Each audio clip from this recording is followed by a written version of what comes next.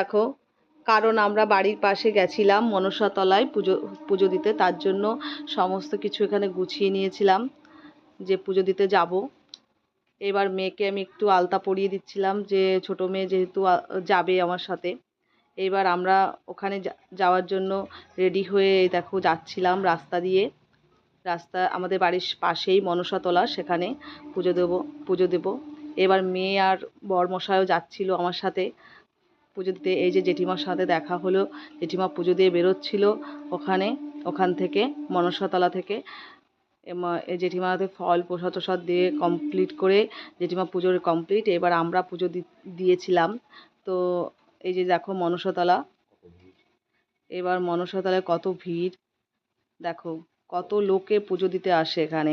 সবার মনস্কামনা পূরণ হয় এখানে, এই জন্য সবাই এখানে পুজো দেয়। আমি প্রায় বিয়ের 10 বছর হয়ে গেল আমার, তো এখানে আমি পুজো দেখি সবাই এখানে সবাই পুজো দেয় এবং তাদের মনস্কামনা পূর্ণ হয়।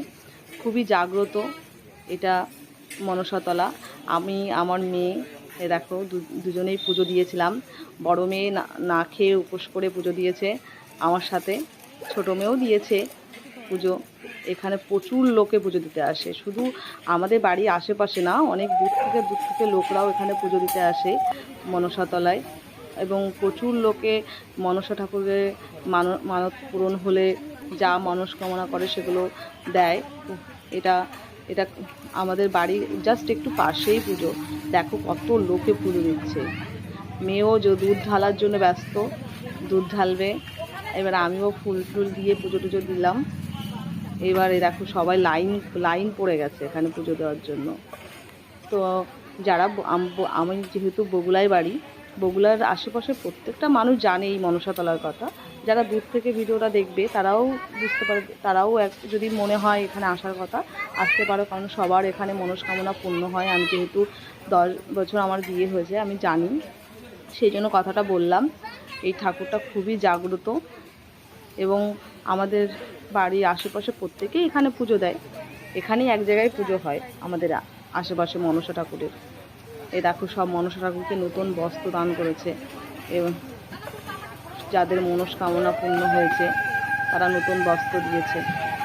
এই যে আমার পুজো কমপ্লিট হলো, আমি ঠাকুরের মাথা থেকে একটু সিঁদুর নিয়ে শাখায় আর কপালে নিয়ে নিচ্ছিলাম স্বামীর মঙ্গলের জন্য, এবং এই যে সিঁদুর নিয়ে মেয়েকে দিতে যাচ্ছিলাম। এবার দেখো লাইনে মেয়ে সবাই পুজো দিচ্ছে। এই যে দুধ ঢালা হচ্ছে, সব পুজোর কমপ্লিট করে এই যে এখানে আসলাম। এই যে বড় মেয়ে এবার যাচ্ছে নমস্কার করতে। এবার পুজো কমপ্লিট হয়ে গেছে আমাদের মোটামুটি, এবার বাড়ির দিকে যাব। তাও সব লোকজনের পুজো দেখছিল, সেটাই আমরা দেখছিলাম দাঁড়িয়ে।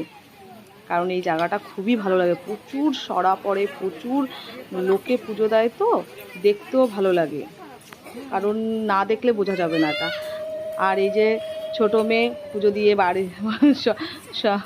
সাজি হাতে নিয়ে বাড়ি ফেরার জন্য ব্যস্ত।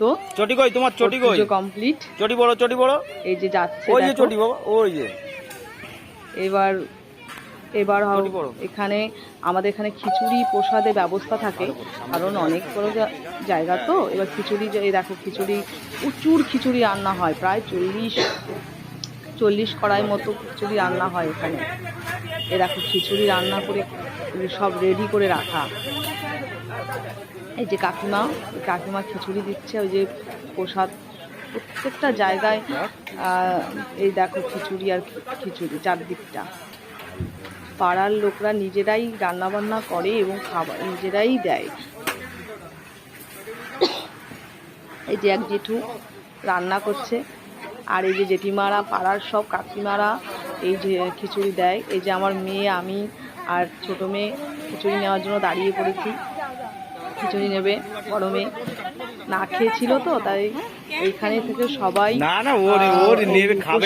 উপোস ভঙ্গ করে প্রসাদ দিয়ে লাইন দিয়ে খিচুড়ি দেওয়া হয়।